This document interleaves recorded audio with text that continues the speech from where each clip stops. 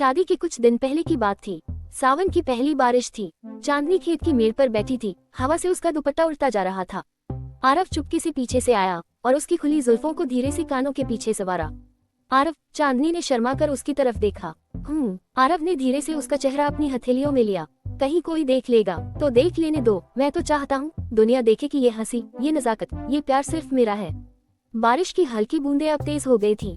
वो दोनों एक आम के पेड़ के नीचे भागे। चांदनी की साड़ी भीग चुकी थी। उसके चेहरे पर पानी की बूंदें मोतियों जैसी चमक रही थी।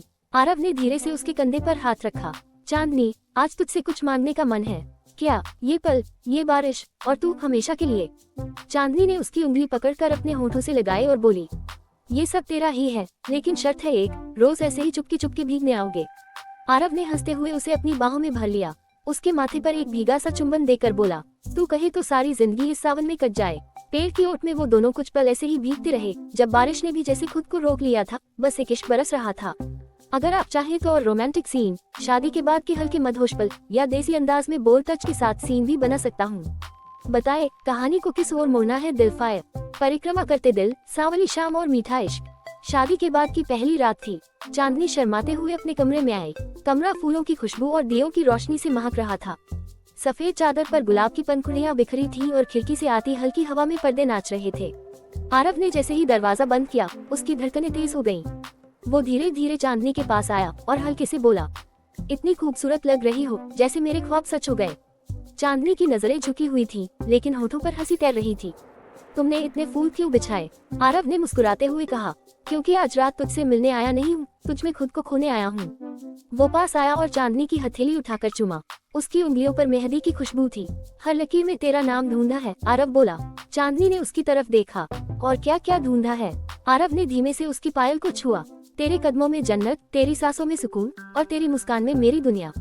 वो अब उसके बिल्कुल पास था। कमरे की रोशनी हल्की हो गई। आरव ने चांदनी की कमर को छूते हुए धीरे से कहा, क्या मैं तुम्हें थोड़ा और पास ला सकता हूँ? चांदनी ने आंखें मूंद ली और खुद को उसकी बाहों में ढीला छोड़ दिया। आरव ने उसके माथे को चूमा, फिर उसकी कनपटी पर होठों की गर्माहट छोड़ दी। उसने उसके बालों को पीछे किया और गर्दन पर अपनी उंगलियों से हल्का सा स्पर्श किया। एक ऐसा स्पर्श जिसमें कोई जल्दबाजी नहीं थी, बस सुकून था, अपनापन था और मोहब्बत की सच्ची गहराई थी। चादर के नीचे वो सिर्फ दो जिस्म नहीं थे, वो दो रूहें थी जो एक हो चुकी थी। सैंड टाइम और सुबह का उजाला। सुबह जब सूरज की किरणें कमरे में आईं, तो चांदनी आरव के सीने पर सोई थी।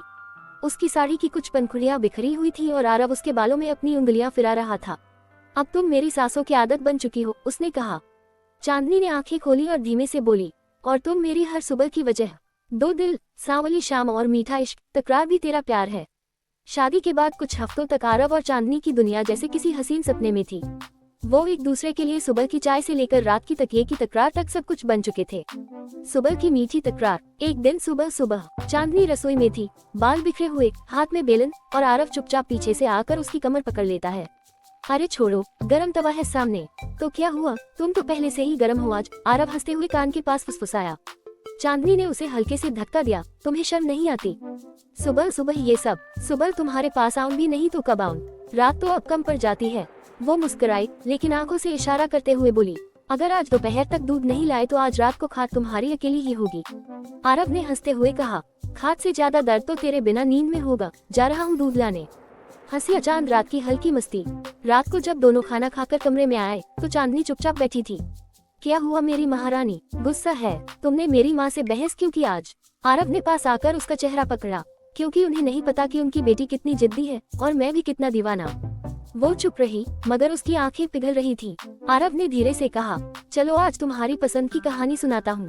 कौन सी? वो जिसमें एक लड़का अपनी बीवी को हर रात ऐसे देखता है जैसे पहली बार देख रहा हो। आरव ने उसे बाहों में लिया और उसकी नजरों में झांकते हुए बोला, तुम्हारी ये बिखरी जुल्फे, हल्की सी साड़ी और होठों की ये मुस्कान हर रात को जन्नत बना देती है। चांदनी ने धीरे से अपना सिर उसके सीने पर रखा और बोली, जब तुम ऐसे बोलते हो ना तो गुस्सा भी शर्माने लगता है। अगले दिन रात को बिजली चली गई। कमरे में सिर्फ एक दिया जल रहा था। उसकी रोशनी में चांदनी का चेहरा और भी निखर रहा था। आरव पास आया और बोला, इस अंधेरे में तो तेरा चेहरा भी चांद से ज्यादा रोशनी दे रहा है। तो क्या करूं, छिप जाऊं? नहीं, बिल्कुल मत छिपो। आज तो मुझे तुझसे वो सब कहना है जो अब तक सिर्फ छूकर महसूस किया है।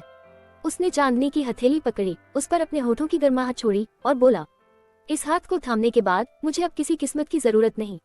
दिए की मध्यम रोशनी में दोनों पास आए।